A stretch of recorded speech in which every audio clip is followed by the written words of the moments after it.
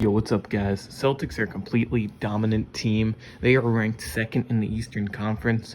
This is a very balanced Celtics team. They got extraordinary defense as well as immaculate offense. That's why they won the championship for 2024 against the Dallas Mavericks, because they are a top team, and they've kept a lot of the same team going through the offseason. They still have plenty of depth and scoring and upside when it comes to going to the bench play, and that's a big step in the right direction. And that's how you formulate a good team, is by having a good bench unit and have good depth all around. Because you look at the Brooklyn Nets, they were a great team, 3 stars, James Harden, Kyrie, Kevin Durant, but they didn't have as much depth, and that's why they weren't successful. But when looking at the Celtics, they're currently on a 5-game win streak with a record of 47-18, have been able to win a lot of close games towards the end, having stars like Jason Tatum and Jaylen Brown help that out a lot, as well as a perfect role player. This cannot go understated. The perfect role player being Al Horford. He may not be the best in any type of category, but when you look at his overall performance and his volume to this team's play, very impressive.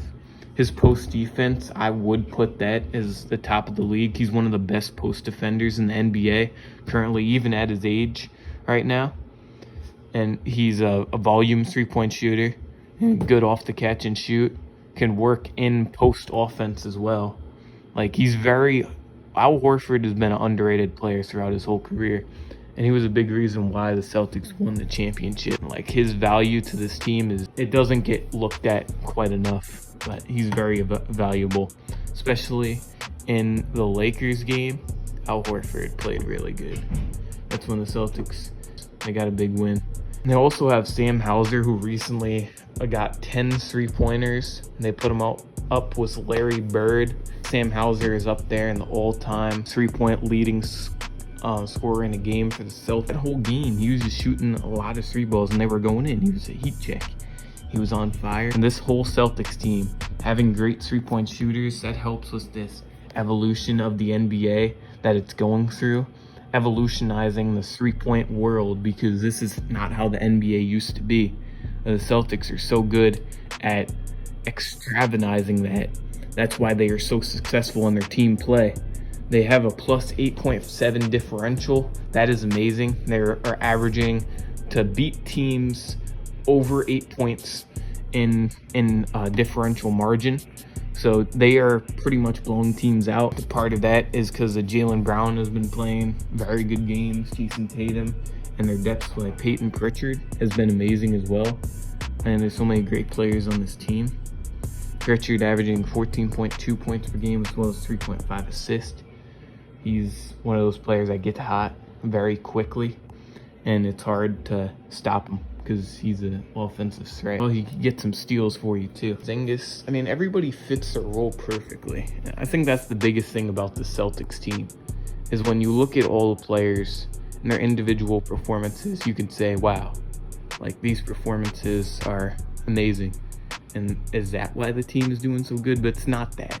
It's because every player is fitting into their role. Pritchard, great 3-point shooter. He's an offensive threat. He's going to score for the team, and that's his role.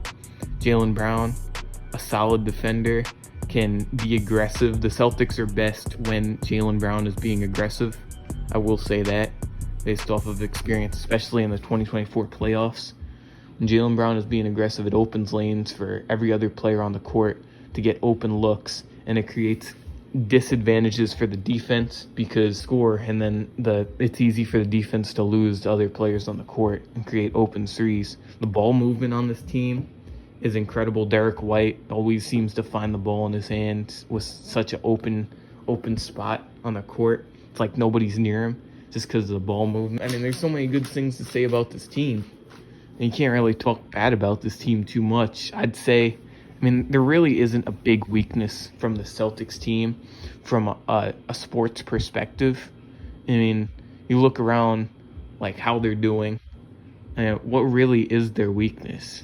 If I had to point out a weakness, I'd probably say it's they have great perimeter defense. I'd probably say their interior defense, but even then, it's not terrible. And Kristaps Porzingis, he can get blocks here and there, but I feel like the Celtics can, they can give a lot of points in the paint to the other team. And the way the coach, Joe Mazzulla, he's been doing incredible coaching this team, getting them in the right spots and having them in the right defensive schemes to attack the offense.